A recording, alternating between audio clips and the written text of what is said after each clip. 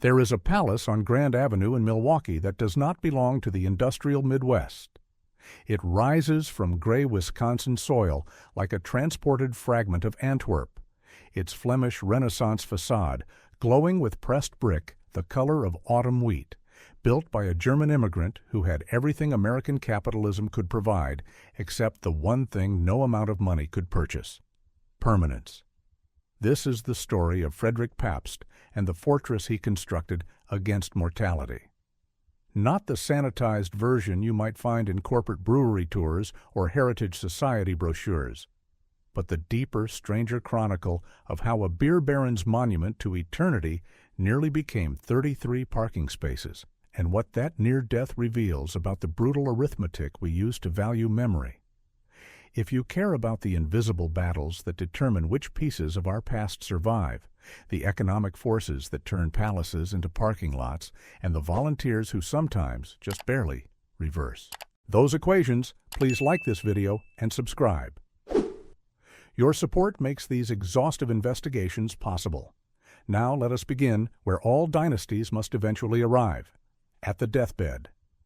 1. The captain dies alone, in his fortress, January 1st, 1904, Milwaukee. The clock in the master bedroom strikes noon with Germanic precision. Outside the thick walls of light gray, pressed brick, the city Frederick Pabst helped industrialize continues its relentless expansion. Streetcars clang on Grand Avenue. Factory whistles scream shift changes. The smell of coal smoke and fermenting grain hangs in the winter air. But inside bedroom number 7 on the mansion's second floor, the only sound is labored breathing. Frederick Pabst lies dying. His physicians, Dr. Schaefer and Dr. Wipperman, both German-speaking, both chosen because they remind him of the old country, record the cause as pulmonary edema complicated by chronic myocarditis. The technical terms matter less than the physical reality. The captain's lungs are drowning. Each breath is a fight his body is losing. He is 68 years old. His fortune, meticulously calculated by tax assessors within days of his death, totals approximately $10 million. Translate that figure through the violent inflation of 2 world wars and a century of economic transformation, roughly $350 million in 2024 equivalent purchasing power, enough money to build 50 mansions identical to the one in which he now suffocates. But no amount of capital can purchase another breath. His wife Maria sits beside the carved walnut bed. She is 62, gray-haired, exhausted from 2 years of watching her husband's slow disintegration. Their marriage began in 1862 as a calculated alliance between 2 German immigrant families in the beer trade. It ends 4 decades later as something more complex, a partnership worn smooth by shared ambition, mutual losses, and the accumulated weight of building an empire from yeast and water. The room itself is a contradiction. Every surface screams permanence. The walls are paneled in Honduras mahogany, each board selected for grain pattern and color. The ceiling features hand-painted frescoes of German pastoral scenes, vineyards and castles that exist only in nostalgia. The fireplace mantel is carved from a single block of Italian marble. Everything here was chosen to last 1,000 years. Everything except the man who chose it. When Frederick Pabst's heart stops at 12:17 p.m. on New Year's Day, the machinery of succession begins immediately. Lawyers are summoned. The company board convenes. Funeral arrangements commence with military precision. The captain would have approved. But in that moment between the last heartbeat and the formal declaration of death, something more profound occurs. The spell breaks. For 12 years, this mansion at 2000 Grand Avenue has functioned as the physical manifestation of Frederick Pabst's will. Every servant, every child, every guest has moved through these halls according to his choreography. The house has been less a home than a stage set for the performance called The Pabst Dynasty. Now the director is gone, and the actors are suddenly free to admit they have been miserable. 2 days later, on January 3rd, Milwaukee stops. The funeral procession stretches for blocks. Thousands of brewery workers line the streets, men in cloth caps and women in black shawls, watching the horse-drawn hearse carry their employer to Forest Home Cemetery. Newspapers declare it the end of an era. They are more correct than they realize. Within weeks, the children begin planning their escape. 72 years later, January 16, 1976, a man named Nathan Hale sits in a conference room 5 blocks from the Pabst mansion, reviewing architectural drawings. Hale is a developer. His client is the Holiday Inn Corporation, specifically the franchisee who owns the aging hotel directly west of 2000 Grand Avenue. The problem is simple. The hotel lacks adequate parking. Guests complain. Tour buses cannot accommodate their passengers. Revenue suffers. The solution, according to Hale's calculations, is equally simple. The Archdiocese of Milwaukee, which has owned the Pabst Mansion since 1908, has quietly listed the property for sale. The building sits on a rectangular plot measuring approximately 40,000 square feet. Clear the land, pave it, stripe it properly, and you gain capacity for precisely 33 additional vehicles. Hale has run the numbers. Demolition costs roughly $30,000. Paving and lighting another $20,000. Total investment $50,000 to solve a problem currently costing the hotel an estimated $15,000 annually in lost bookings and reduced rates. The return on investment justifies itself in 4 years. The fact that the building in question is an architectural masterpiece, a near-perfect example of Flemish Renaissance revival, a structure that took 2 years to build and cost $250,000 1890s, appears nowhere in Hale's spreadsheet. These considerations are, in his professional opinion, sentimental. The building is 76 years old, poorly maintained, expensive to heat, and located in a declining urban core. The highest and best use of the land, a term of art in commercial real estate, is asphalt. The demolition permit application is filed on January 20, 1976. The City Planning Department raises no objections. Why would they? Milwaukee in the mid-1970s is hemorrhaging population and tax base. Anything that promises economic activity receives approval. The Archdiocese, desperate to unload an expensive liability, signals its willingness to sell to the highest bidder. Preservation be damned. The wrecking ball is scheduled for April. The contrast between these two January moments, 1904 and 1976, is not merely temporal. It represents a fundamental shift in how American society calculates value. Frederick Pabst built his mansion as a bet on permanence, on the assumption that grandeur and craftsmanship would command respect across generations. Nathan Hale's spreadsheet embodies the opposite philosophy. Nothing is permanent, everything is negotiable, and sentiment is for suckers. Between these two philosophies stands the building itself, empty, paint-chipped, awaiting judgment. To understand how we arrived at this precipice, we must rewind further. We must understand not just who Frederick Pabst was when he died, but who he was when he climbed. We need to see the hands that built the empire before we can understand the monument those hands constructed.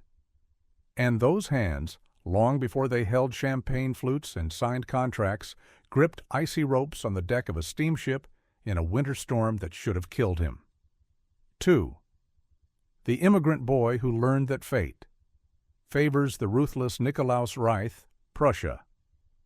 1836. The year Frederick Pabst is born, his family's future is already being decided by forces beyond their control. Crop failures, political instability, and a social hierarchy more rigid than Milwaukee's winter ice.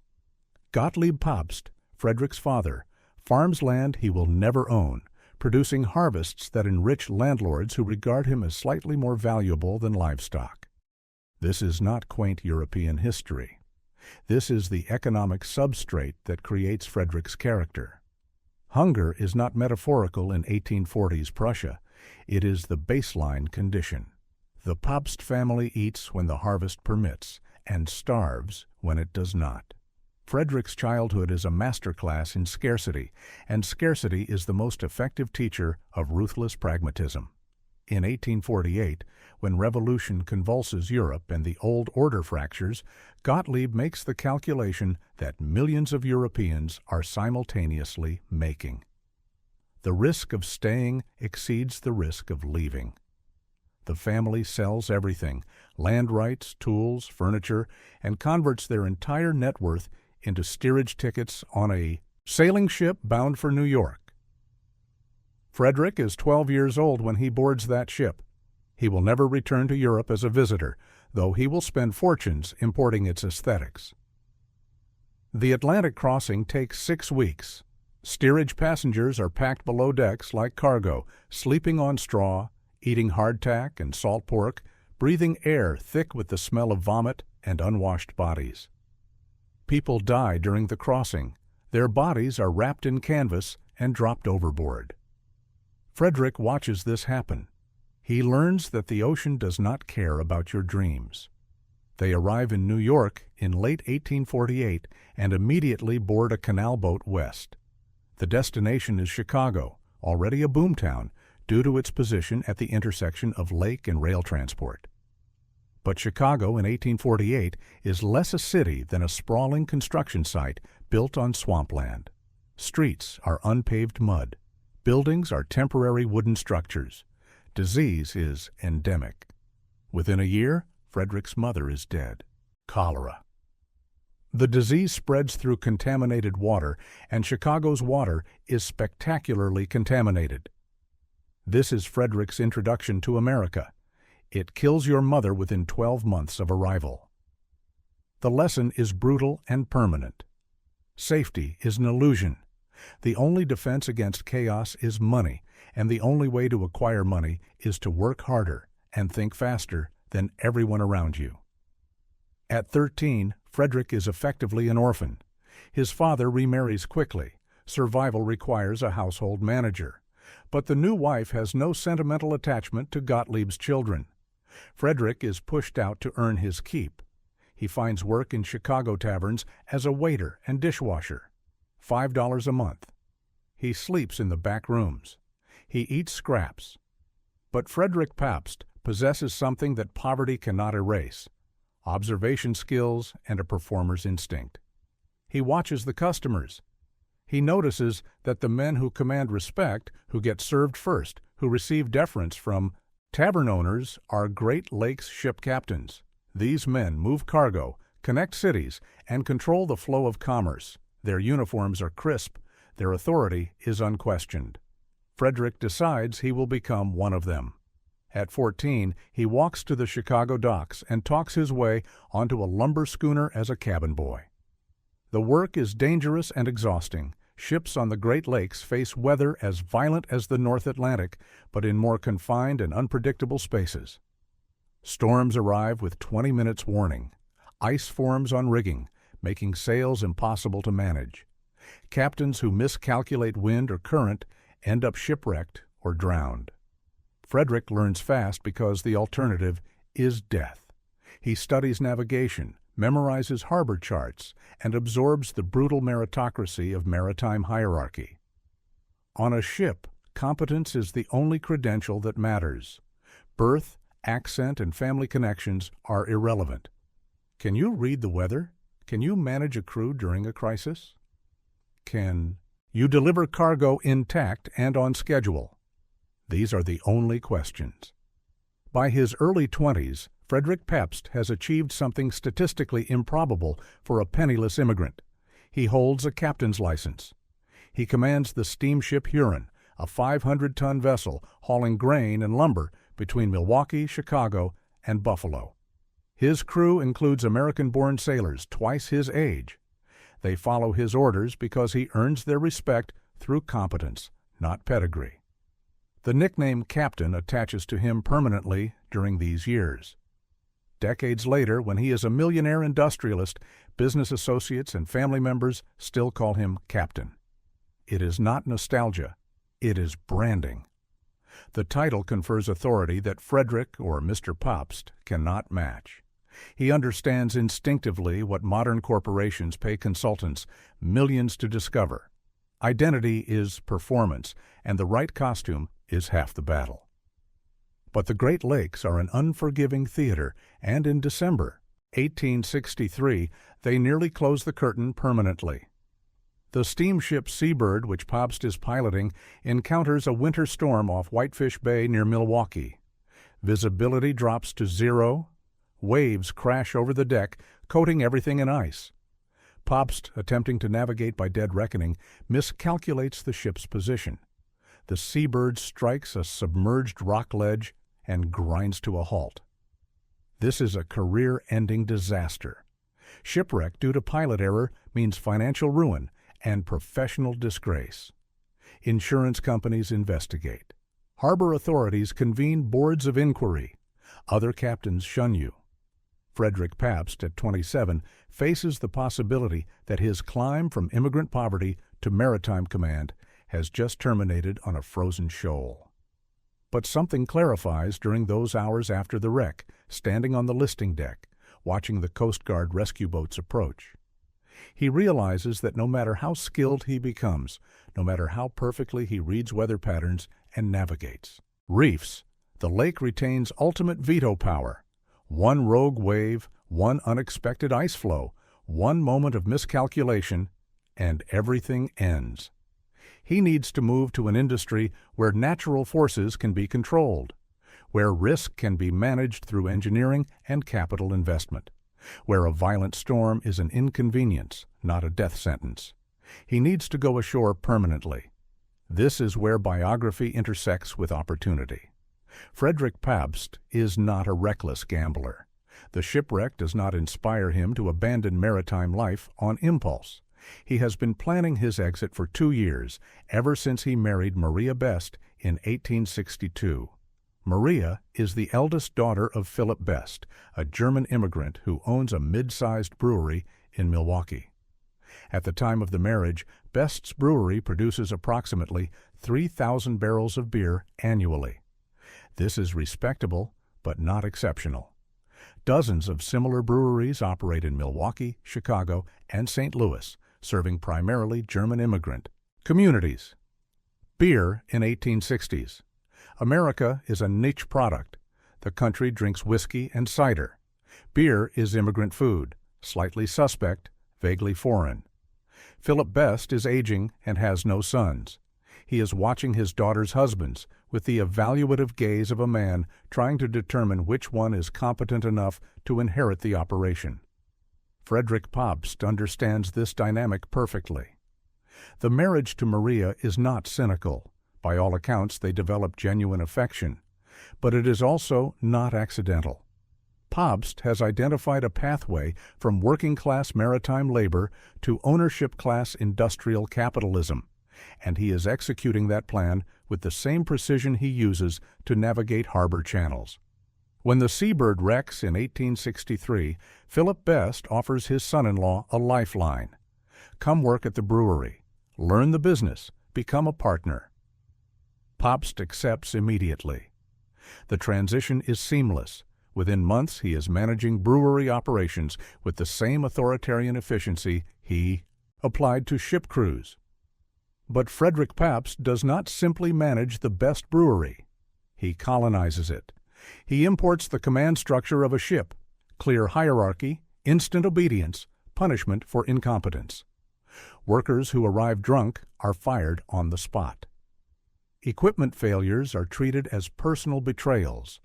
Production targets are set and met with mechanistic precision. The brewery transforms under his control. Production doubles within 3 years. By 1866, Philip Best is ready to retire, and the business is restructured. Pabst becomes a full partner, along with Emil Shandon, who married Maria's younger sister Lizette. The two sons-in-law now control the empire. The company is renamed Best and Company. The old patriarch fades into well-compensated retirement. Pabst and Shandon are a study in complementary opposites. Shandon is the master brewer, obsessed with fermentation temperatures and hop varieties, a perfectionist who can taste a batch and identify which barrel the yeast came from. Pabst is the strategist, obsessed with distribution networks and market penetration, a pragmatist who cares about flavor only insofar as it affects repeat customers.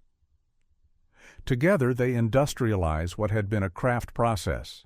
They invest in steam-powered equipment that allows year-round production. They build massive underground lagering cellars cooled by Lake Michigan ice, enabling them to store beer during summer months when competitors' production halts. They purchase rail cars to ship beyond Milwaukee's German neighborhoods, targeting Chicago, St. Louis, and eventually New York. The breakthrough moment arrives in October 1871, courtesy of disaster. The Great Chicago Fire destroys 3.3 square miles of the city center, including most of Chicago's breweries. While Chicago smolders, Pabst acts. He redirects every available rail car southward, flooding the burned city with Milwaukee beer. Best & Company becomes the default supplier for Chicago saloons, and once customers develop the habit, they do not switch back when local breweries rebuild. This is not charity. This is predatory capitalism, executed with textbook precision. Exploit your competitors' misfortune, capture market share, and consolidate before they recover. By 1874, annual production reaches 100,000 barrels. Best & Company is one of the largest breweries in America. But it is still called Best, and Frederick Pabst's ego will not tolerate that forever. The name Best honors the past. Pabst wants to own the future. In 1888, Emil Schandine dies during a business trip to Germany. The partnership dissolves through mortality. Pabst, now sole commander, immediately restructures. On March 28, 1889, the board of directors votes to change the company name. Best Brewing Company is erased. Pabst Brewing Company is born. The rechristening is not mere vanity. It is strategic obliteration of the past.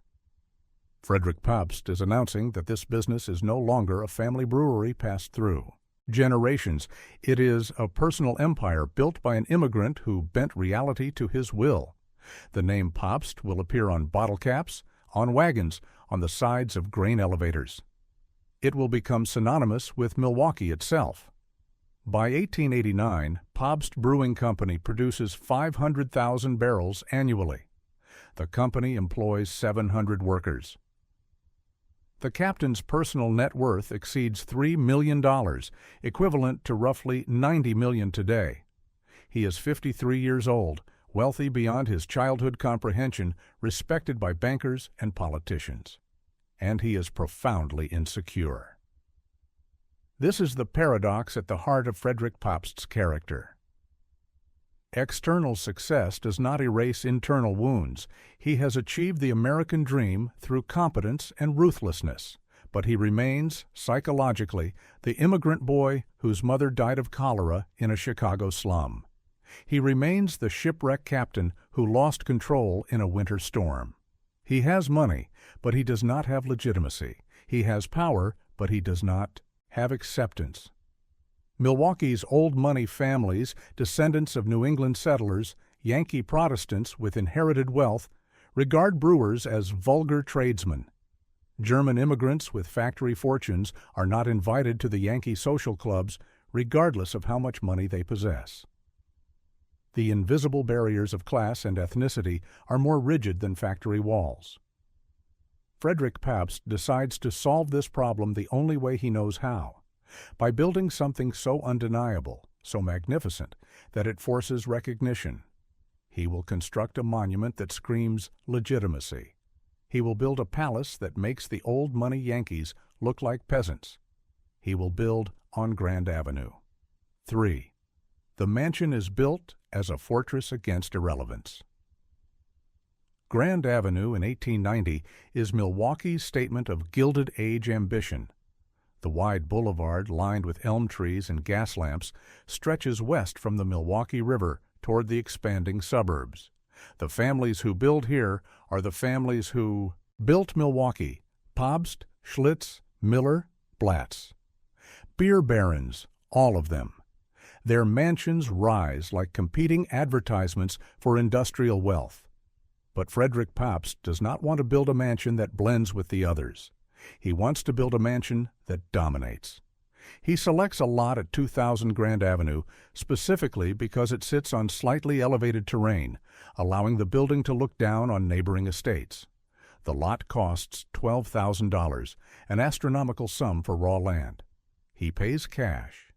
To design the building, he hires the architectural firm Ferry & Class, one of Milwaukee's most respected practices. George Ferry and Alfred Class are not radicals. They are skilled interpreters of historical styles, and Pabst knows exactly which style he wants: Flemish Renaissance revival. This choice is strategic. German Baroque would be too heavy, too militaristic. French Rococo would be too frivolous, too aristocratic. But Flemish Renaissance, the style of 16th century, Antwerp and Brussels, the architecture of wealthy merchant guilds, is perfect. It says, "I am European, but I am not royalty.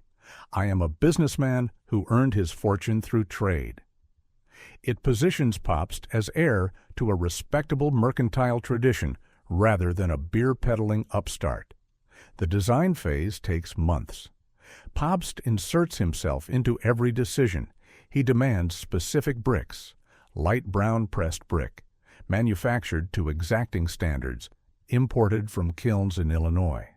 He requires terracotta ornamentation cast from custom molds. The facade must include gabled dormers, ornamental ironwork, and carved stone details that reference, but do not copy, Flemish guild halls. Ground breaks on June 27, 1890. The foundation excavation alone takes 6 weeks. Workers dig through clay and sand to reach bedrock, then pour a foundation of concrete and cut limestone blocks designed to support walls 4 stories high. The captain visits the site daily, inspecting work with the same obsessive attention he once applied to ship maintenance. If a brick is slightly misaligned, he orders it removed and reset. If mortar joints are inconsistent, the crew works overnight to correct them. The construction becomes the talk of Milwaukee. Newspapers publish regular updates. Architectural critics travel from Chicago to observe progress. The building is unusual not just in style, but in ambition. While neighboring mansions occupy narrow urban lots, Pabst's estate sprawls across multiple parcels, eventually encompassing more than 20,000 square feet of floor space across 3 primary structures: the main house, a carriage house, and a conservatory. The main house exterior is deliberately imposing. It rises 3.5 stories from street level, crowned with steep gabled roofs that emphasize vertical height. The facade is asymmetrical, a key characteristic of Flemish Renaissance style, with a projecting central section flanked by recessed wings. This asymmetry breaks the ias by visual monotony of Grand Avenue's predominantly symmetrical mansions. The Pabst mansion does not line up obediently. It commands attention through deliberate irregularity. But the real message of the mansion is communicated through what happens inside those pressed brick walls. The interior is where Frederick Pabst's psychology manifests in 3 dimensions. Construction of the interior takes nearly 2 years. The delay is intentional. Pabst wants perfection, and perfection requires patience. He orders Honduras mahogany for the woodwork, selecting boards based on color and grain. He commissions custom stained glass from German artisans, sending them sketches of desired motifs: grapevines, beer steins, family crests. He imports silk wallpaper from France, hand-painted tiles from Bavaria, and marble mantels from Italian quarries. The first floor is divided into public and private zones. The public zone, the entry vestibule, music salon, and dining room, is designed for performance. These are the rooms where the Pabst family will entertain guests, host receptions, and demonstrate their cultural sophistication. The entry vestibule is deliberately intimidating. You enter through massive oak doors, each weighing several hundred pounds, hung on custom bronze hinges. The doors open into a two-story space dominated by a grand staircase of carved mahogany. The staircase is not merely functional, it is a stage. The newel posts are topped with carved figures, lions holding shields, that establish the mansion's heraldic pretensions. Above the staircase, a stained glass skylight filters colored light onto the wood below, creating a theatrical effect. Every surface in the vestibule communicates permanence and expense. The floors are inlaid oak parquet. The walls are paneled in quarter-sawn oak with carved rosettes. The ceiling features exposed beams with painted decorations. Carved above the fireplace mantel is the single word, willkommen, welcome. But the word is in German, a subtle reminder that this is a German household, regardless of how Flemish the architecture appears. To the left of the vestibule is the music salon, Maria Pabst's domain. This room is deliberately feminine, a counterpoint to the masculine heaviness of the rest of the house. The style is French Louis XV revival, delicate, curving lines, pastel colors, gold leaf accents. The walls are covered in silk damask. The ceiling is painted with rococo cherubs and clouds. A grand piano, a Steinway naturally, occupies one corner. Custom cabinetry displays Maria's collection of porcelain figurines and crystal. The music salon is a stage set for the performance called We Are Cultured. This is the room where Maria hosts afternoon tea parties for Milwaukee society women, where chamber music quartets perform, where the Pabst daughters practice piano under the supervision of European-trained tutors. Everything here signals refinement, education, and assimilation into American high culture. Across the hall is the dining room, and here the architectural tone shifts violently. The dining room is aggressively German Renaissance. The ceiling is crossed by heavy exposed beams. The walls are dark oak wainscoting topped with embossed leather. A massive fireplace dominates one wall, topped with a carved oak mantel depicting hunting scenes. The chandelier is wrought iron and antler, a deliberate reference to Bavarian hunting lodges. The dining table seats 20. The chairs are upholstered in embossed leather. The sideboards are carved oak 15 feet long, designed to display silver and porcelain services. This room is not about delicacy. It is about abundance, consumption, and masculine authority.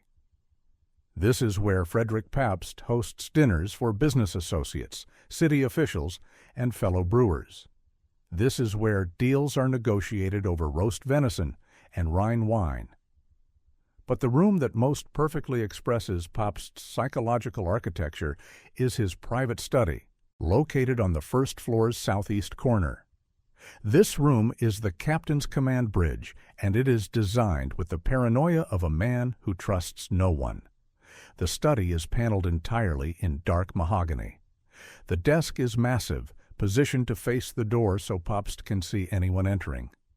Bookshelves line two walls, though the leather-bound volumes are more decorative than functional. Pabst was a poor reader, more comfortable with ledgers than literature. The leather chairs are heavy and masculine. The rug is Turkish, dense, and dark.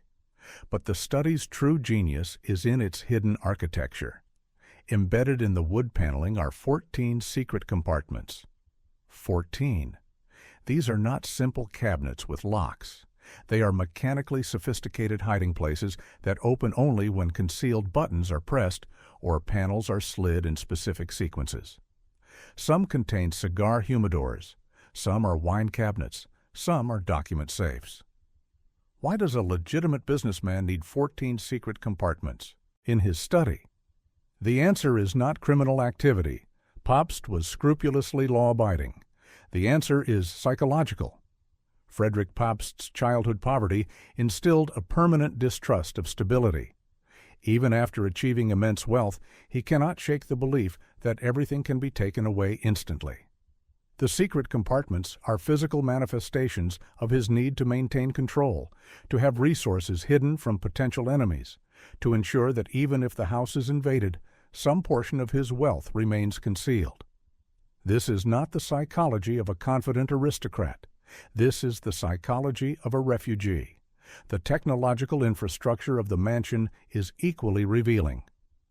Pabst insists on electric lighting throughout, despite electricity's novelty and expense. In 1892, most Milwaukee homes still use gas or oil lamps. Electrification requires installing a complete power system, generators, wiring, junction boxes, switches. The cost is enormous, but Pabst understands that technology is a status marker as powerful as art collections. He installs central heating, another rarity, using a hot water system with radiators in every room. The basement contains a massive boiler and an intricate network of pipes. Thermostatic controls allow different rooms to maintain different temperatures. The system is absurdly over-engineered, capable of keeping the mansion at 70 degrees Fahrenheit even when Wisconsin winter temperatures drop below zero. The house includes an elevator, a genuine elevator, hydraulically powered, connecting all 4 floors. This is not installed for convenience. It is installed because elevators symbolize modernity. Hotels have elevators. Office buildings have elevators. The Pabst mansion has an elevator because Frederick Pabst will not be outdone. The mansion's bathroom technology is similarly excessive. Multiple bathrooms include flush toilets, porcelain tubs, and hot running water. The master bathroom features a shower, an exotic luxury. In the 1890s, with multiple spray heads and nickel-plated fixtures. The plumbing system includes filtration and a water heater large enough to supply the entire house. By July 1892, the mansion is complete. The final construction cost, including the land, building, and initial furnishing, totals $254,000. Adjusted for inflation and purchasing power, this represents approximately $8 million in 2024 terms. But that raw number understates the actual expenditure. In 1892, skilled construction workers earned roughly $2 per day. The mansion's construction consumed approximately 127,000 worker days of labor. Frederick Pabst converted 350 years of human labor into a single building. The mansion opens to Milwaukee society with a reception in September 1892. 500 guests attend. Newspaper coverage is extensive and adulatory. The Milwaukee Sentinel describes the mansion as the finest residence in the Northwest, a credit to the city and a monument to Captain Pabst's impeccable taste.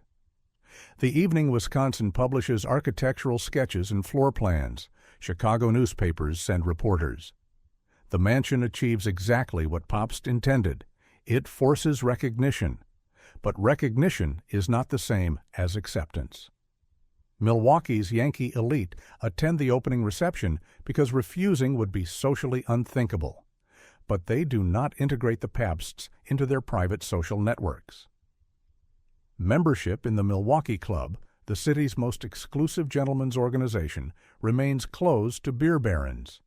The Pabst daughters are not invited to debutante balls organized by old money families. The mansion opens doors, but it does not remove the ceiling. Frederick Pabst does not publicly acknowledge this disappointment, but his behavior reveals it. He begins spending more time away from Milwaukee, traveling to Chicago and New York, purchasing a winter home in California. The mansion becomes less a residence and more a declaration. I built this, and you cannot deny it. For the first few years, the mansion functions as intended. Maria runs the household with German efficiency, managing a staff of 12 servants. The Pabst children, Gustav, Maria, Frederick Jr., and Emma, live at home, though they are increasingly restless. The house is too formal, too controlled, too much an extension of their father's need for dominance. The dinners and receptions continue, but they are performances, not genuine social life. The Pabsts are respected, but they are not loved. They are wealthy, but they are not accepted. And Frederick Pabst begins to realize that the mansion, despite its magnificence, has not solved the problem it was built to address. He built a fortress against irrelevance. but you cannot force people to care through architecture alone. By 1895, the cracks are beginning to show. Not in the walls, the construction is flawless, but in the family that inhabits them. 4. The fortress becomes a prison as the captain's body fails. The turn of the century finds Frederick Pabst at the apex of wealth and the beginning of physical collapse. By 1898, Pabst Brewing Company produces 1 million barrels annually, making it the largest brewery in America. The captain's personal net worth exceeds $8 million. He owns property in 6 states. His company employs over 1,000 workers. On paper, he has won, but his body is betraying him. The first diagnosis arrives in 1896, diabetes mellitus. In the era before insulin, which will not be discovered until 1921, diabetes is a slow death sentence. The disease progressively destroys the body's ability to process sugar.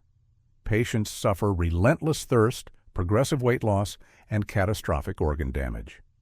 Treatment consists of starvation diets and patent medicines that accomplish nothing. Frederick Pabst, a man whose fortune derives from selling hedonistic consumption, is now forbidden from consuming. He sits at the head of his mahogany dining table and watches guests eat roasted meats, cream sauces, and pastries while he consumes boiled chicken and dry toast. The irony is acid. He built an empire on the human desire for pleasure, and he is now denied pleasure's every form. By 1899, the diabetes has advanced to secondary complications. His physicians diagnose emphysema, progressive lung destruction, likely caused by decades of cigar smoking, and chronic heart disease. Each diagnosis is another step toward the conclusion everyone can see, but no one discusses openly. The captain is dying, slowly, painfully, irreversibly. The mansion, once a stage for demonstrations of power, transforms into a medical facility. The servants' routines now revolve around managing the captain's illness. His meals require special preparation. His medications must be administered on schedule. The elevator, initially a status symbol, becomes a medical necessity. Pabst can no longer climb stairs without risking cardiac arrest. Maria Pabst assumes control of the household and in many ways control of her husband's life. She manages his medication schedule, monitors his diet, and restricts his access to alcohol and cigars. For a man who has spent his adult life commanding absolute authority, this dependency is psychologically devastating. The relationship between Frederick and Maria shifts. What began as a strategic alliance evolved into partnership and matured into affection now becomes something more complex: captor and captive. Maria keeps him alive through rigid enforcement of medical protocol. Frederick resents the imprisonment even as he recognizes its necessity. The children watch this deterioration and draw conclusions. Gustav, the eldest son and heir apparent to the brewery, is dutiful but increasingly impatient. He is 35 years old in 1900, fully capable of running the company, but his father will not relinquish control. Board meetings become battlegrounds. Gustav proposes modernization strategies. Frederick dismisses them as reckless. Gustav suggests expansion into new markets. Frederick insists the company maintain current operations. The generational conflict is ancient and predictable, but the captain's illness adds cruelty. He cannot work full-time, but he will not delegate authority. The daughters, Maria and Emma, fare no better. Both are unmarried, living at home, subject to their father's rigid expectations. They are wealthy women, educated, cultured, but functionally imprisoned in a house that has become a mausoleum. They watch their father slowly die, while their own lives remain on hold, waiting for the inheritance that will grant them freedom. Frederick Jr., the younger son, escapes through absence. He accepts a management position at one of the company's satellite operations in New Jersey, putting 800 miles between himself and the mansion. His departures for the East Coast are less business trips than prison breaks. By 1900, No one in the Pabst family wants to live in the mansion. But Frederick will not consider moving. For him, leaving the house would constitute an admission that the project failed, that the monument is unnecessary, that the whole exercise in building permanence was futile. He spent $254,000 and 12 years of psychological energy constructing this building. He will die inside it rather than admit defeat. The neighborhood itself conspires against the illusion. Grand Avenue in 1900 is not Grand Avenue of 1890. The city has expanded westward. Commercial development encroaches. The mansion that once overlooked pastoral landscapes now faces streetcar lines and three-story commercial buildings. The elm trees are mature, but they cannot block the sight and sound of industrial Milwaukee. The beer barons who built alongside Pabst are also aging, and their children are fleeing. The Schlitz mansion, 2 blocks east, is sold and converted to offices. The Blatz estate is subdivided. Wealthy families are moving north toward the lake, building in. Quieter suburbs where land is cheaper and zoning restrictions protect residential character. Frederick Pabst receives offers to purchase the mansion. Developers recognize the lot's commercial potential. But he refuses every bid. The house is not for sale at any price. This is the hill he will die on, literally. The final years are grim. Pabst's world contracts to the house, then to the first floor, then to his study and bedroom. He spends hours staring out the windows at the city he helped build, a city that is moving on without him. He reviews company ledgers, but can no longer visit the brewery. He writes letters, but can no longer travel to meet the recipients. In 1902, tragedy accelerates the decline. Emma's young daughter, Elsbeth, dies of scarlet fever. The child's death devastates the family. For Frederick, it is confirmation of a belief he has held since his mother died in 1849. Money does not protect you. His millions could not save his granddaughter. The mansion, with its advanced plumbing and central heating, could not prevent infection. Wealth is ultimately useless against the fundamental threats. The funeral is held in the music salon, the room Maria designed for cultured entertainment. Now it hosts a child's casket. The silk walls and rococo ceiling suddenly seem obscene, grotesque in their frivolity. The mansion has become not a monument to success, but a theater of loss. Frederick's health collapses after Elsbeth's death. The diabetes worsens. The emphysema progresses. His heart, weakened by years of strain, begins to fail. By mid-1903, he is effectively bedridden. The physicians offer no hope, only pain management. The captain's final months are spent in the master bedroom on the second floor. It is a large room, lavishly furnished, with views of Grand Avenue. But the view offers no comfort. He watches carriages and streetcars pass. He watches people walk purposefully to destinations he cannot reach. He is trapped inside the monument he built to prove his permanence, and the monument has become a tomb.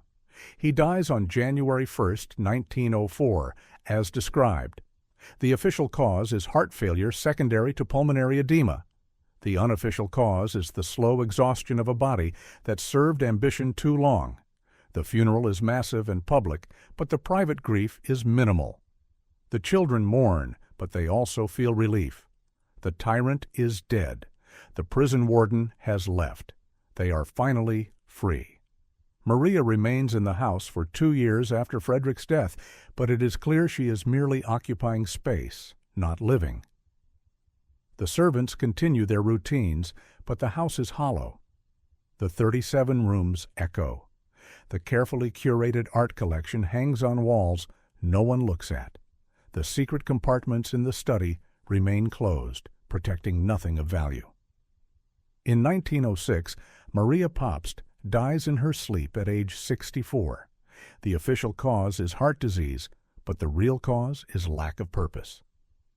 She spent 44 years married to a force of nature, and when that force stopped, she stopped. The heirs convene immediately after Maria's funeral to discuss the estate. The meeting is brief and unanimous. No one wants the house. Gustav and Frederick Jr. have their own homes. The daughters want to travel, to live independently, to escape the crushing weight of their father's legacy. The mansion, which Frederick built to house generations of Pabsts, will house exactly one generation. The decision is made to sell. What follows is a humiliation Frederick would have found unbearable. The mansion is listed for sale at $150,000, a figure that represents massive depreciation from the original $254,000 investment. And no one bids. Wealthy buyers tour the property and decline. The house is too large, too expensive to maintain, too Germanic in a city increasingly uncomfortable with its German identity. The neighborhood is declining. The property taxes are punishing. For 2 years, the mansion sits empty and unsold. Dust accumulates on the parquet floors. The Ide silk wallpaper fades in the sunlight. The Steinway piano goes out of tune. The building, designed for permanence, begins the process of decay. In 1908, the Archbishop of Milwaukee makes an offer. The Archdiocese needs a residence for the bishop and administrative offices for church operations. They offer $97,000, roughly 38% of the original construction cost. The heirs accept immediately. The sale closes in April 1908. Thus ends the Pabst family's ownership of the monument Frederick built to immortalize them. 14 years after his death, the mansion passes to the Catholic Church, an institution he had no particular affection for. The irony is severe. The man who built a secular temple to German culture and American capitalism sees his creation become a religious institution's office building. The transformation is immediate and brutal. The Archbishop orders renovations. The music salon becomes a chapel. The dining room becomes a conference room. The captain's study, with its 14 secret compartments, becomes the bishop's office. Crosses are hung on walls where family portraits hung. The secular is made sacred. But the most symbolically violent change is aesthetic. The church finds the mansion's dark wood and rich colors oppressive. In 1910, painters are hired to cover everything: mahogany paneling, carved oak wainscoting, intricate frescoes, with white oil paint. Multiple coats. The goal is to create a sense of light and purity appropriate for a religious institution. The paint accomplishes its purpose. The mansion becomes bright and airy. But it also becomes generic. The architectural details that made the house distinctive disappear beneath the whitewash. The silk wallpaper is removed and replaced with plaster. The parquet floors are covered with linoleum. The stained glass is painted over to obscure the secular motifs. Frederick Pabst's monument becomes invisible, buried under layers of white paint. For 67 years, the mansion serves as the Archbishop's residence and administrative headquarters. It functions. It endures. But it does not shine. The building becomes forgettable, just another large old structure on a declining urban street. By the 1970s, the neighborhood has completed its transformation from elite residential to mixed commercial. The Archdiocese, facing budget constraints and declining urban membership, decides the mansion is an expensive liability. The building requires constant maintenance. The heating costs are astronomical. The location is inconvenient. In 1975, the decision is made to sell again. The listing price is $330,000, remarkably less than the original 1892 construction cost, even without adjusting for inflation. But the real estate market in 1975, Milwaukee, is catastrophic. Urban disinvestment is rampant. Properties are abandoned faster than they can be demolished. No serious buyers emerge, except one. Nathan Hale, representing the Holiday Inn interests, offers $300,000 with the explicit intention of demolition. The Archdiocese, desperate to unload the property, prepares to accept. This is the moment January 1976, when the mansion stands on the edge of obliteration. 72 years after Frederick Pabst's death, the monument he built to achieve permanence is 90 days away from becoming a parking lot. The equation is simple and brutal. The building's highest economic use, as determined by rational market analysis, is destruction. The land underneath is worth more than the structure above. Sentiment is irrelevant. Beauty is irrelevant.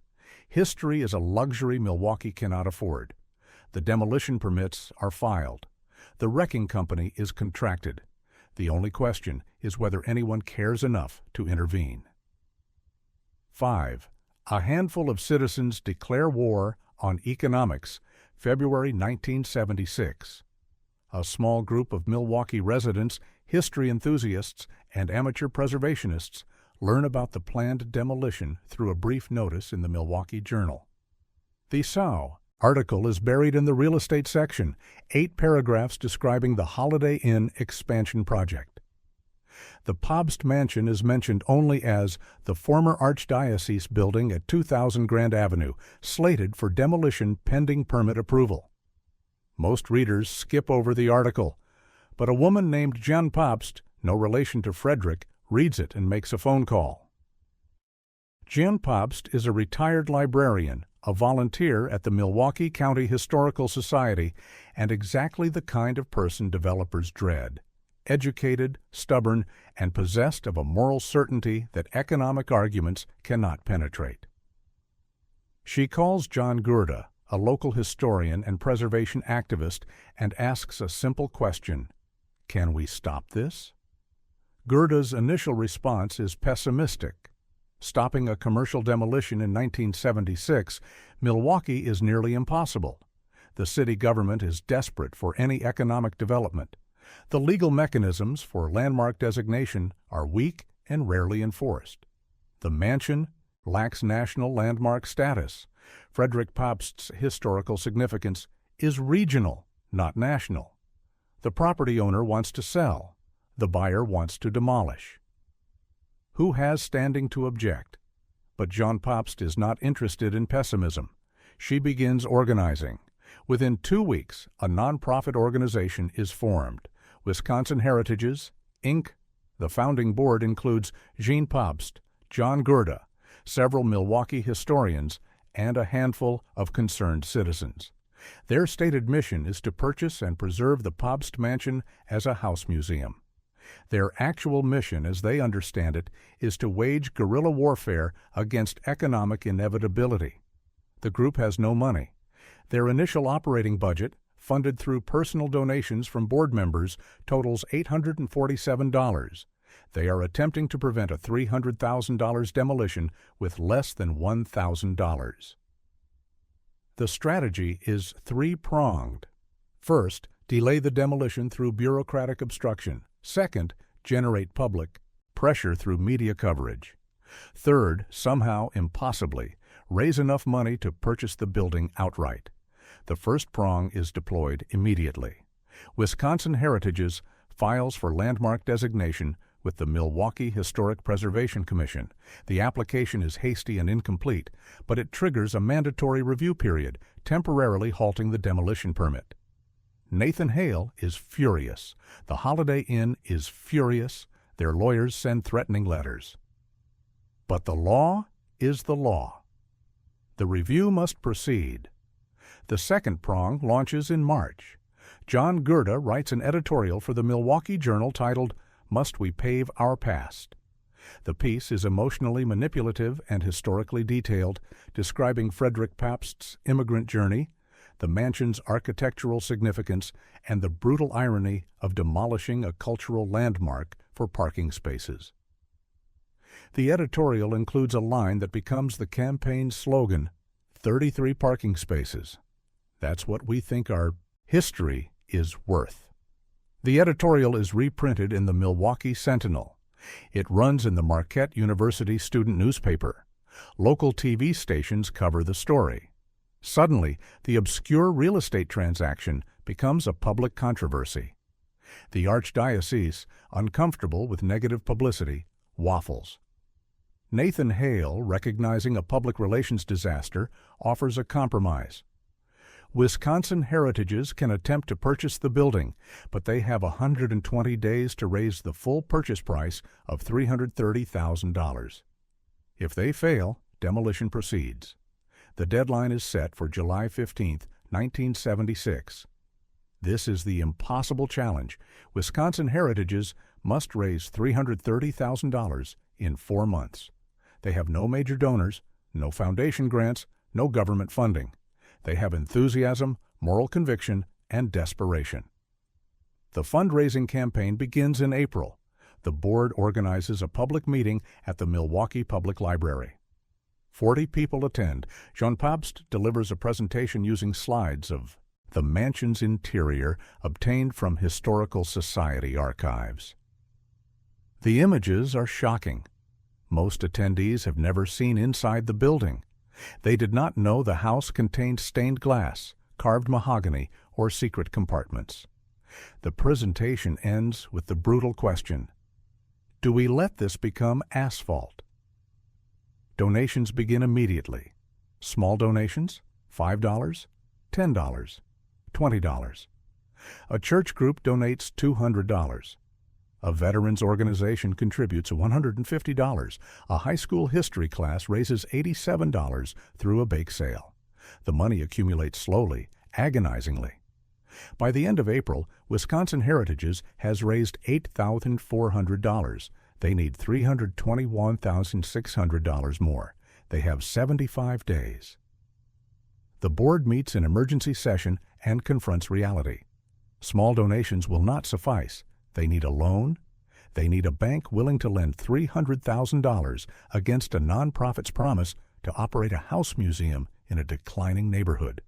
They begin calling banks. The First Bank declines immediately. The second bank listens politely and refuses. The third bank asks for a business plan. Wisconsin Heritages submits a hastily drafted document projecting admission revenues and operating costs. The bank's loan committee reviews the plan and rejects it. The projected revenues are optimistic. The maintenance costs are underestimated. The collateral is insufficient. The risk is unacceptable. By June, Wisconsin Heritages has approached 15 Milwaukee banks. 15 rejections. The desperation becomes public. The Milwaukee Journal runs a follow-up editorial. No bank will save Pabst Mansion. The article is intended to shame the financial institutions into action. Instead, it reads like an obituary. Nathan Hale senses victory. He sends Wisconsin Heritages a formal letter on June 20th, reminding them the deadline is 25 days away. If they cannot produce a purchase agreement with financing, the Holiday Inn sale will proceed, and demolition will begin in August. The tone is not cruel, it is simply factual. Economics has won, but the publicity generates an unexpected consequence. The federal government, through the National Park Service's Historic Preservation Fund, announces a grant program for endangered landmarks. Wisconsin Heritages submits an emergency application. The grant, if approved, will provide up to $100,000 in matching funds. But approval requires months of review. The July 15th deadline is weeks away. Jean Pabst makes a desperate call to Wisconsin's congressional delegation. She reaches an aide to Senator Gaylord Nelson and explains the situation. The aide promises nothing but agrees to make inquiries. 2 days later, Jean receives a call from a federal grants officer. The grant application is being expedited. If Wisconsin Heritages can demonstrate community support and secure partial financing, the federal government will approve $100,000 by August 1st. This changes the equation. The group needs to raise not $330,000, but $230,000. Still impossible, but less impossible. A local savings and loan association, Community Savings, agrees to meet with the Wisconsin Heritages Board. The bank's president, Raymond Schultz, is a Milwaukee native and amateur history enthusiast. He is also a pragmatic banker. He explains that community savings cannot issue an unsecured loan. But if Wisconsin Heritages can demonstrate a credible revenue model and secure the federal grant, the bank will consider a mortgage with the building itself as collateral. The condition is risky. If the museum fails financially, the bank will foreclose and the property will be auctioned. Wisconsin Heritages could save the building only to lose it 5 years later. But they have no alternative. On July 10th, 5 days before the deadline, Wisconsin Heritages holds a final fundraising event, a public rally on the mansion's front lawn. 500 people attend. Local politicians deliver speeches. A high school choir sings. Donation buckets circulate.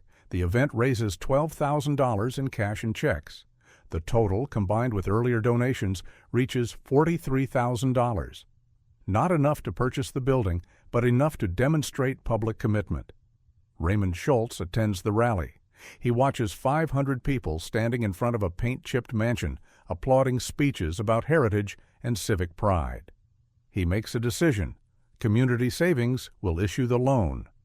On July 14th, 1 day before the deadline, Wisconsin Heritages, Community Savings, and the Archdiocese of Milwaukee sign a purchase agreement. The mansion is sold to Wisconsin Heritages for $330,000, financed through a $230,000 mortgage from Community Savings with $100,000 in federal matching grants pending. The demolition is canceled. Nathan Hale, informed of the sale, issues a terse statement expressing disappointment. The Holiday Inn will seek alternative parking solutions. The preservation victory is announced in newspapers across Wisconsin. The Milwaukee Journal headline reads, "Citizens Save Pabst Mansion from Wrecking Ball." The article frames the story as a triumph of grassroots activism over corporate greed. But the real story is more complex. Wisconsin Heritages now owns a deteriorating mansion with a $230,000 mortgage, projected annual maintenance costs exceeding $50,000, and no guaranteed revenue stream. They have saved the building from demolition. Whether they can save it from bankruptcy is unresolved. The mansion, empty and peeling, stands as both monument and liability. 6. The paint is scraped away, and a miracle is revealed. August 1976. Wisconsin Heritages takes possession of 2000 Grand Avenue.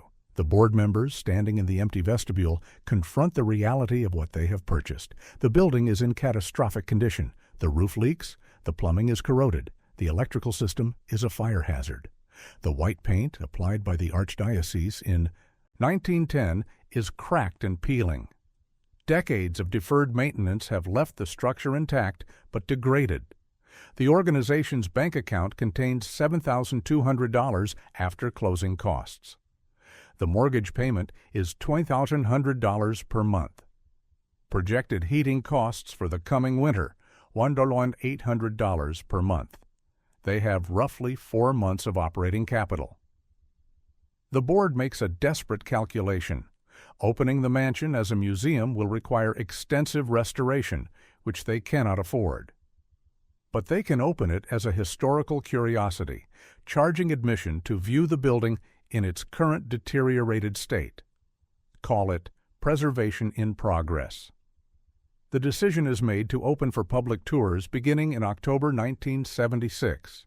Volunteers will serve as docents. Admission will be $3 per person.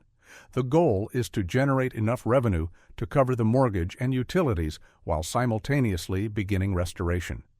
But before tours can begin, the mansion requires basic safety improvements. The fire marshal inspects the building and delivers a damning report. Emergency exits are blocked. Smoke detectors are absent. The electrical panel is outdated and dangerous. Occupancy cannot be permitted until these issues are addressed. Wisconsin Heritages launches another fundraising campaign. Members of the board personally guarantee a $15,000 loan from Community Savings to fund emergency repairs. Volunteers donate labor. Electricians and plumbers, moved by the preservation effort, work at reduced rates. By September, the building passes fire inspection. Tours are scheduled to begin October 9, 1976. During the preparation for opening, something unexpected happens. A volunteer named Patricia Maroney, tasked with cleaning the music salon, begins scraping flaked paint from the wall. She expects to find damaged plaster. Instead, beneath the white oil paint, she discovers silk. Original silk wallpaper, faded but intact. She calls John Gerda. He arrives with a paint scraper and begins carefully removing paint from a small test area. Within minutes, it becomes clear that the archdiocese's whitewashing did not destroy the mansion's original interiors. It preserved them. Oil paint, when applied over silk and varnished wood, creates a protective seal. The paint prevented oxidation, fading, and insect damage. For 66 years, the mansion's original 1892 interiors have been entombed in white paint, waiting. The discovery transforms the restoration project. This is not a ruined building requiring speculative reconstruction. This is a time capsule. If the paint can be removed carefully, the original mansion can be recovered almost entirely intact. Word of the discovery spreads. The Milwaukee Art Museum offers technical assistance. The University of Wisconsin sends graduate students in art conservation. A chemist specializing in historical pigments volunteers to analyze the original paint colors. What began as a desperate attempt to save a building from demolition becomes one of the most significant architectural restoration projects in the Midwest. The restoration proceeds in phases dictated by available funding. Each room becomes a separate fundraising campaign. Donors can adopt a room, contributing money designated for that space's restoration. The music salon is adopted by a coalition of Milwaukee music teachers. The dining room is funded by the local chapter of the German-American Society. The captain's study is restored through donations from Milwaukee business leaders who identify with Pabst's entrepreneurial legacy. The process is painstaking. Restorers do not simply scrape away paint. They document each layer, photograph each detail, and analyze the chemical composition of original finishes. When silk wallpaper is too damaged to salvage, researchers locate the original French manufacturer's archives and commission reproduction using period-accurate techniques. When carved oak panels are discovered beneath white paint, conservators remove the paint using solvents and tools that will not damage the 80-year-old wood. By 1978, the music salon is complete. The room is open to the public, and the response is overwhelming. Visitors who remember the mansion from the Archdiocese era are stunned. The space they recall as stark and institutional now glows with gold leaf and silk. The transformation is so complete, it seems impossible. How did this beauty hide beneath decades of white paint? The restoration success generates renewed media attention. Milwaukee's newspapers publish before and after photographs. Local TV stations produce features. The story resonates beyond Wisconsin. Architectural journals publish articles. The Pabst Mansion becomes a case study in preservation methodology. But the financial pressure never relents. Restoration is expensive. Each room costs between $30,000 and $80,000 to complete. The organization operates perpetually on the edge of insolvency, balancing mortgage payments against restoration expenses against operating costs. Gradually, over 5 years, the mansion is transformed. The dining room's dark oak wainscoting is revealed.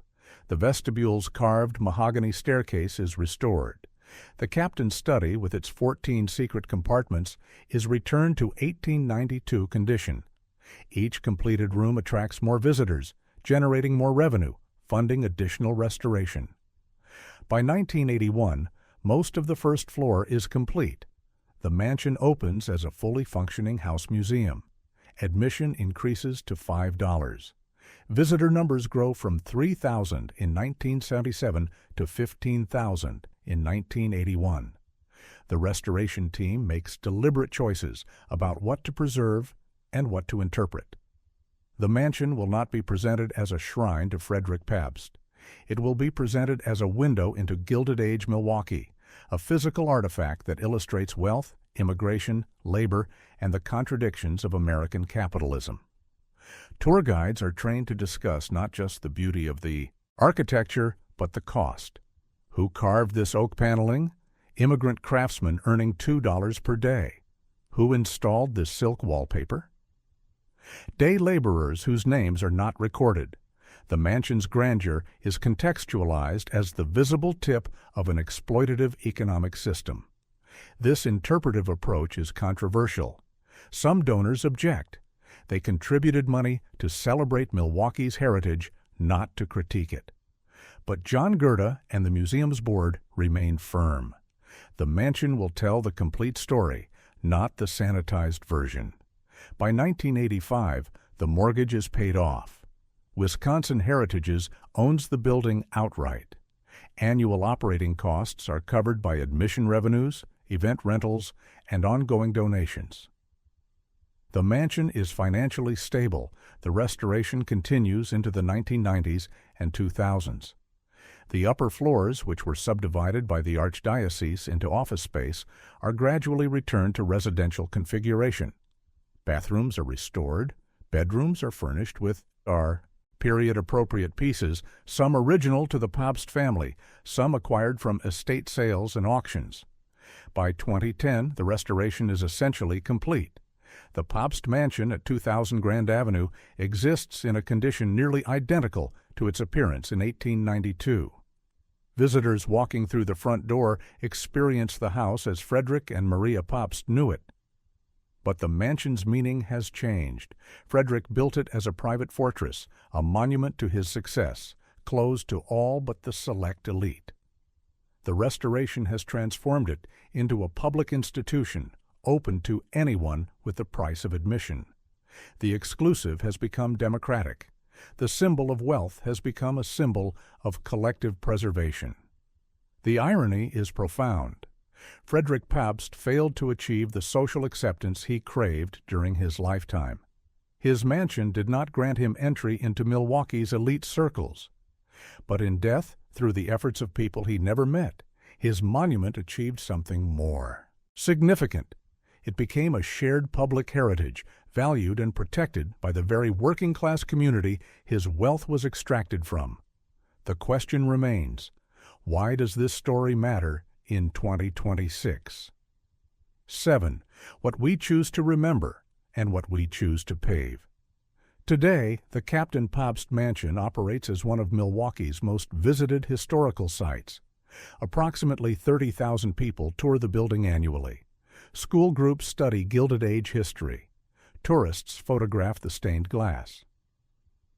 Couples rent the music salon for weddings, performing their own ceremonies in the room where Maria Pabst once hosted chamber music recitals.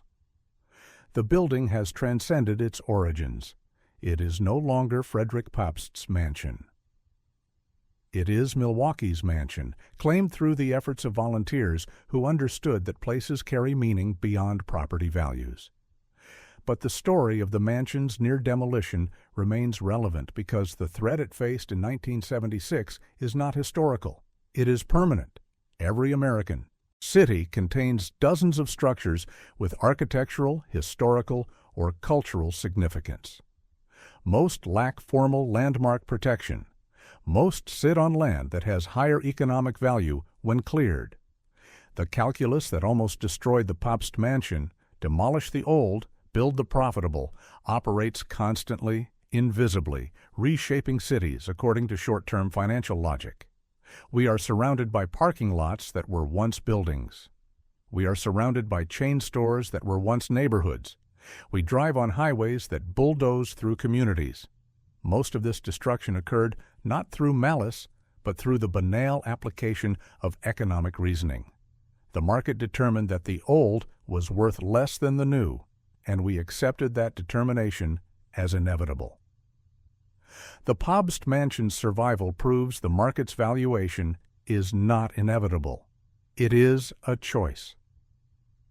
33 parking spaces. That was the objective value assigned to Frederick Pabst's monument in 1976.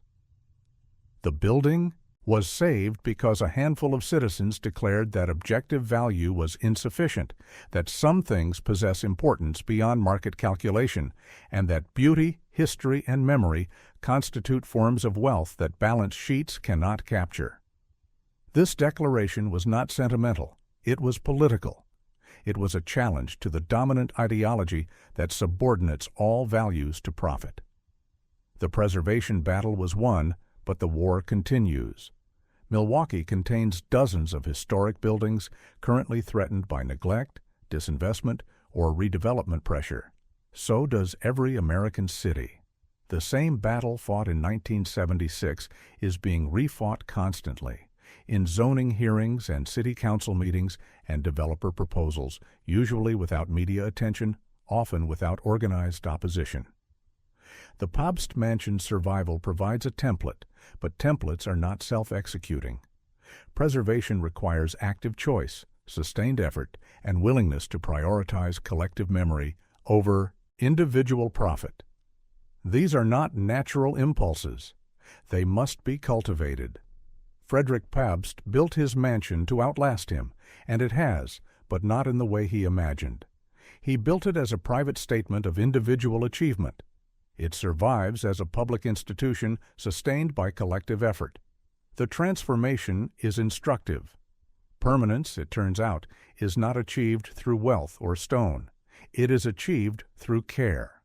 The mansion endures not because its walls are thick, but because people decided it should. That decision must be renewed continuously. Every year the museum operates. Every visitor who walks through, every donor who contributes, is participating in the decision to remember. The alternative is 33 parking spaces, not as a specific threat, the Holiday Inn no longer needs parking, but as a metaphor for the erasure that follows when we stop choosing to remember. 8. The Captain's Unintended Legacy. Frederick Pabst died in 1904 believing he had secured his legacy through wealth. He controlled a corporation, owned properties, and built a monument. These are the traditional mechanisms of immortality for the capitalist class. But corporations are sold. Properties are redeveloped. Monuments decay. If Wisconsin Heritages had failed to raise $330,000 in 1976, no trace of Frederick Pabst's mansion would exist today.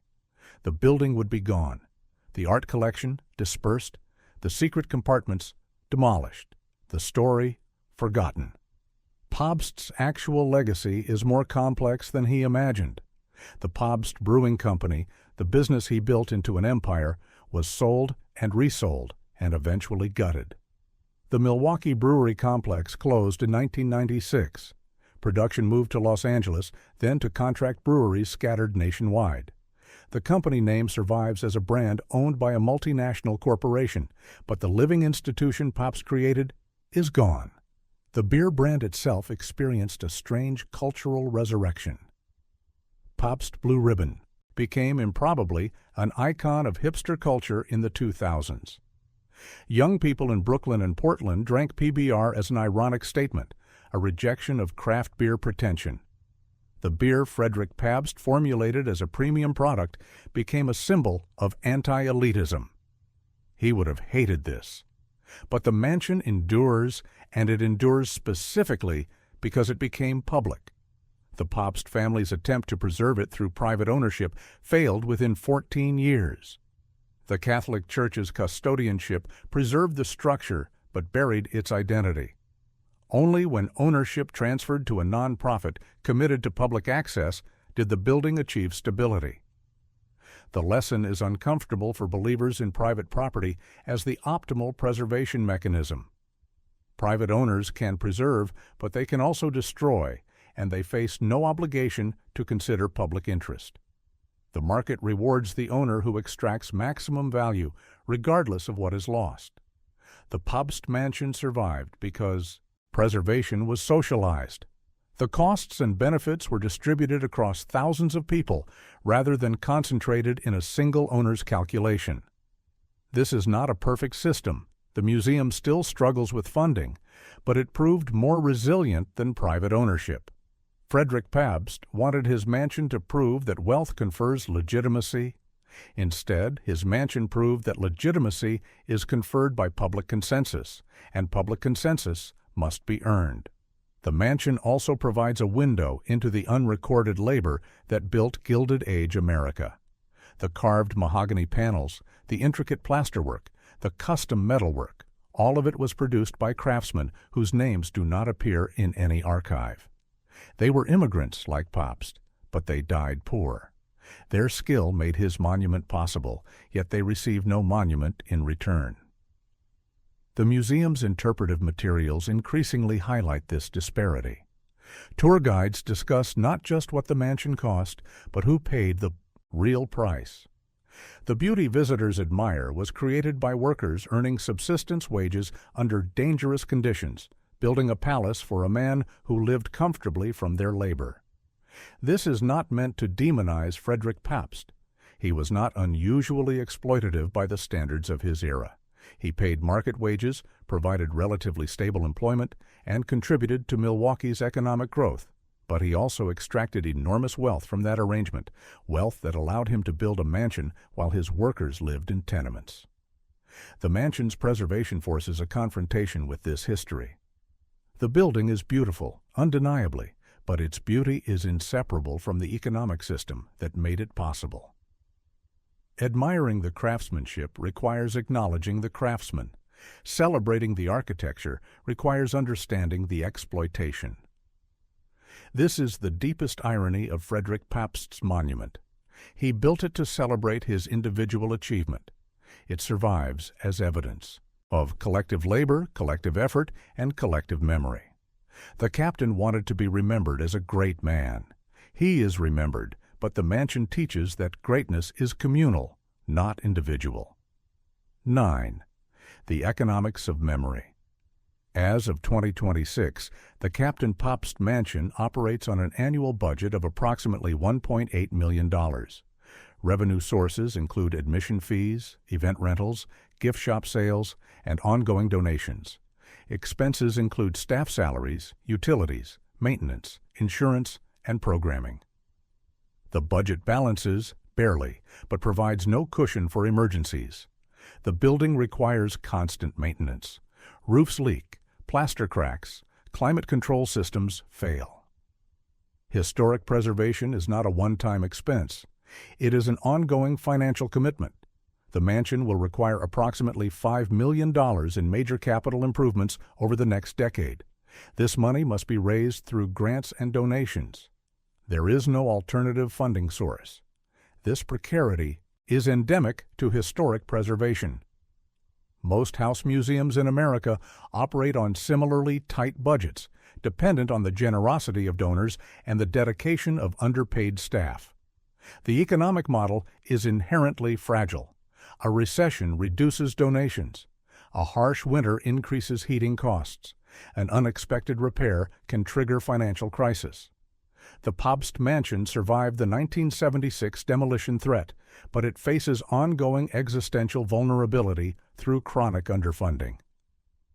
The building cannot be demolished. It is now a city landmark with legal protections, but it could be closed, mothballed, and left to decay if the museum cannot sustain operations.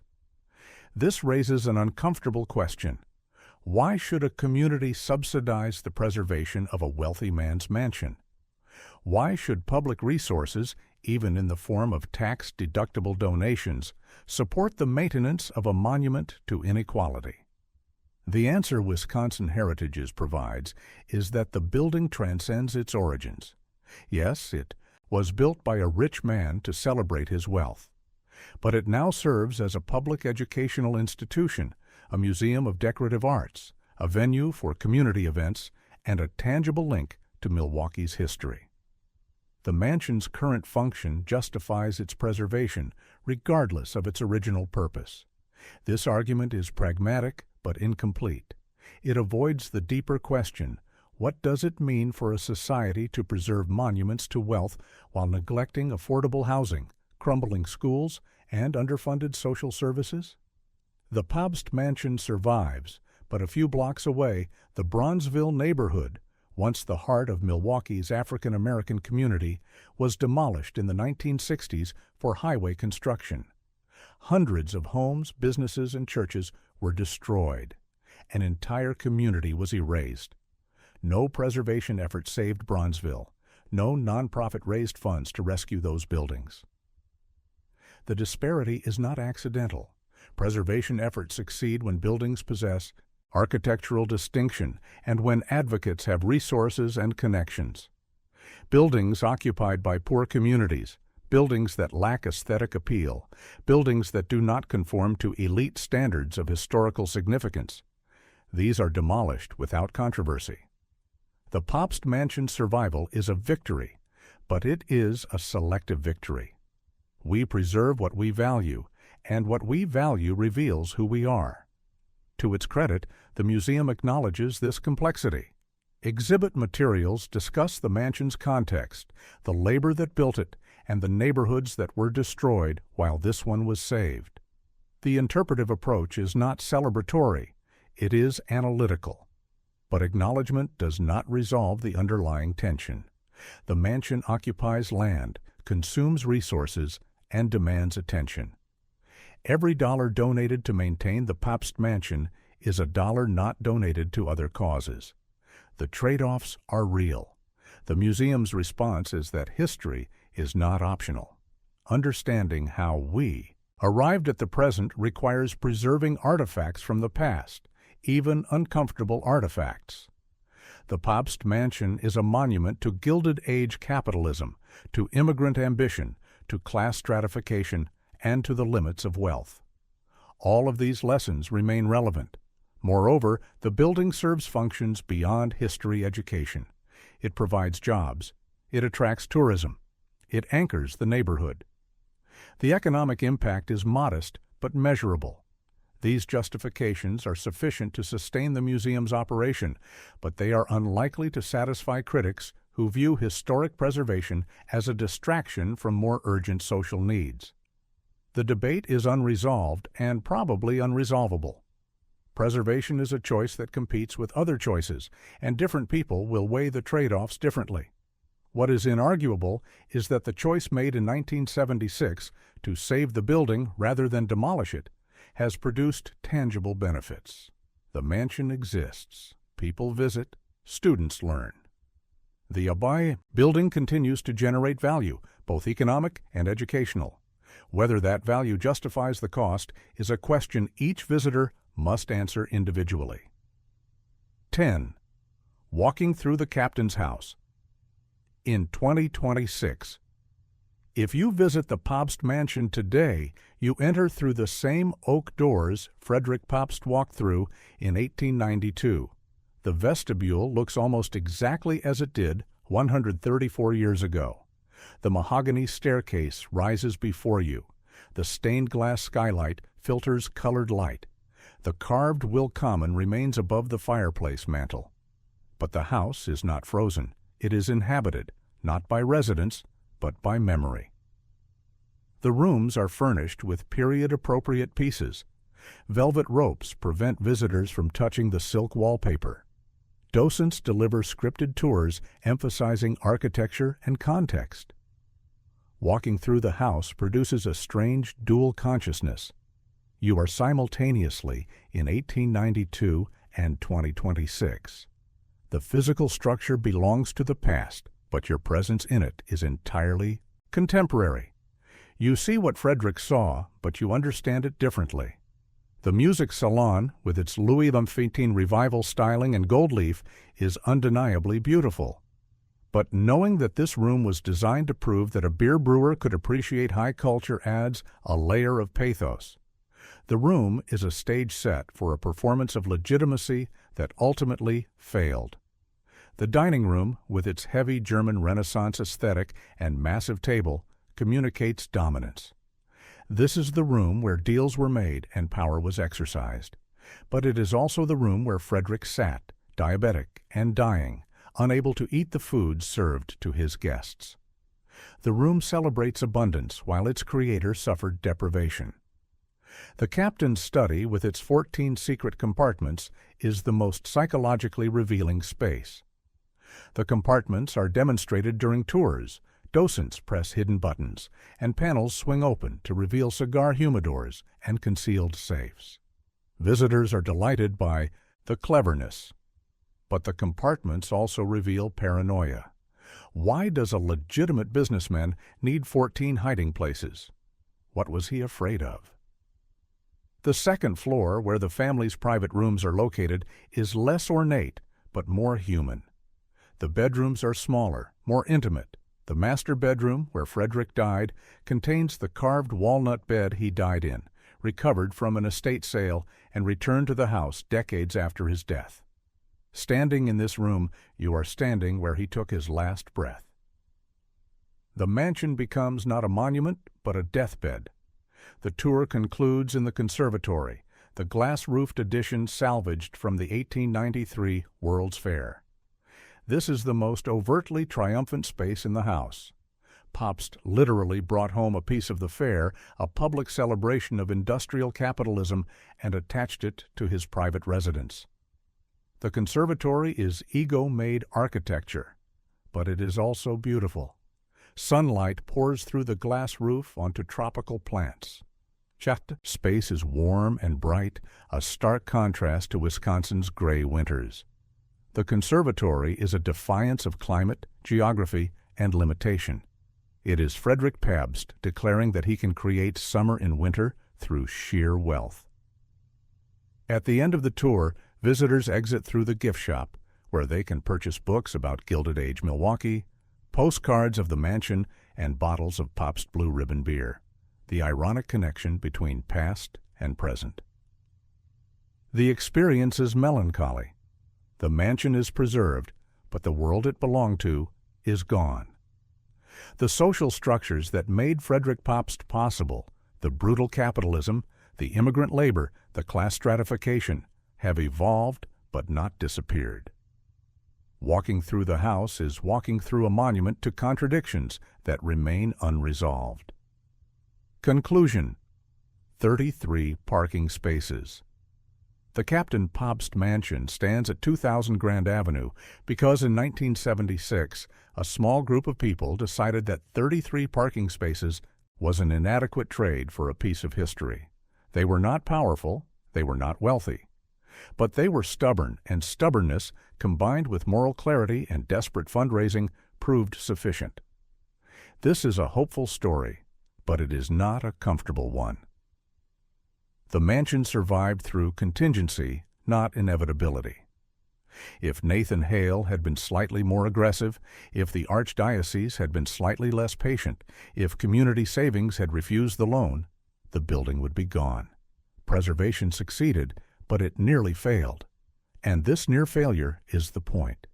The forces that nearly destroyed the mansion in 1976 have not disappeared. They are stronger now. Developers are better funded. Municipalities are more desperate for tax revenue. Historic preservation is perpetually fighting defensive battles against economic arguments that sound reasonable. We need parking. The building is inefficient. The land is worth more than the structure. Preservation is sentimental.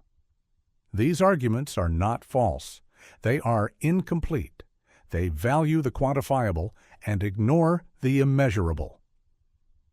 Frederick Pabst built his mansion as a bet that permanence could be purchased. He was wrong. Permanence cannot be purchased. It must be earned through continuous collective effort. The mansion endures because people choose to maintain it. When that choice stops, the building dies. The mansion's survival teaches that value is socially constructed. 33 parking spaces have objective, calculable value. A historic mansion's value is subjective, debatable, and dependent on shared belief that history matters. The preservationists won in 1976 because they convinced enough people that the subjective value exceeded the objective value. That is not a permanent victory. It is a temporary consensus that must be renewed. Every visitor who walks through the mansion renews that consensus. Every donation sustains it.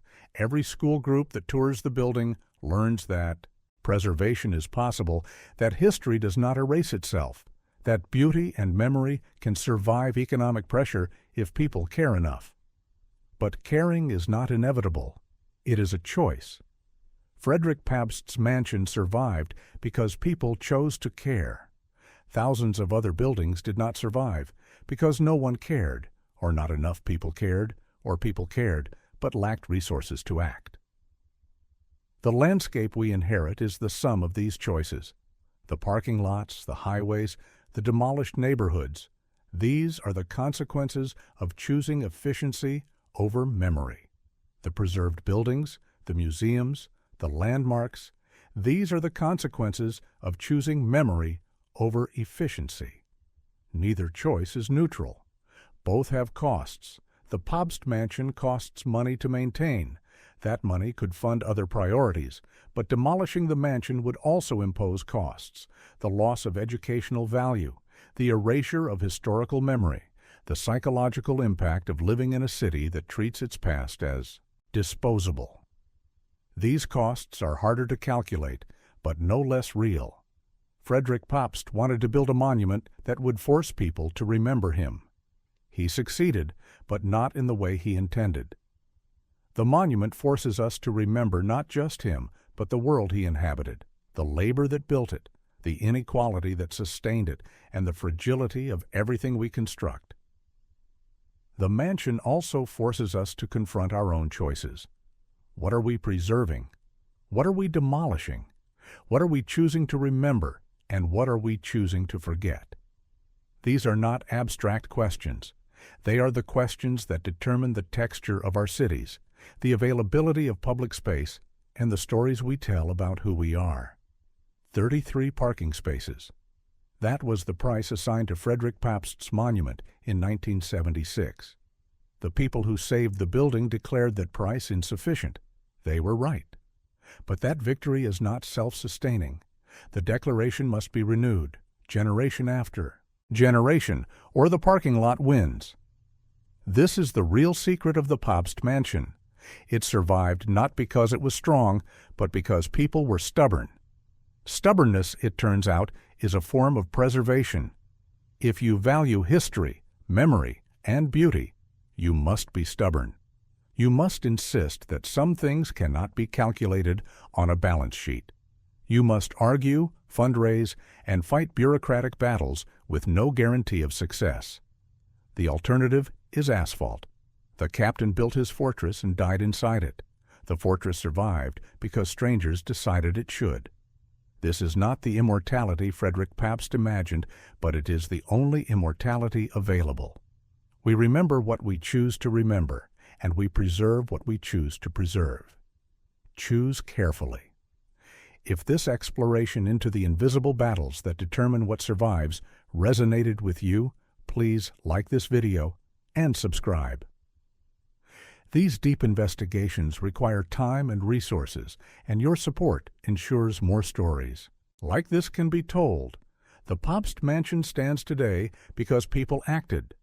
What will you choose to save?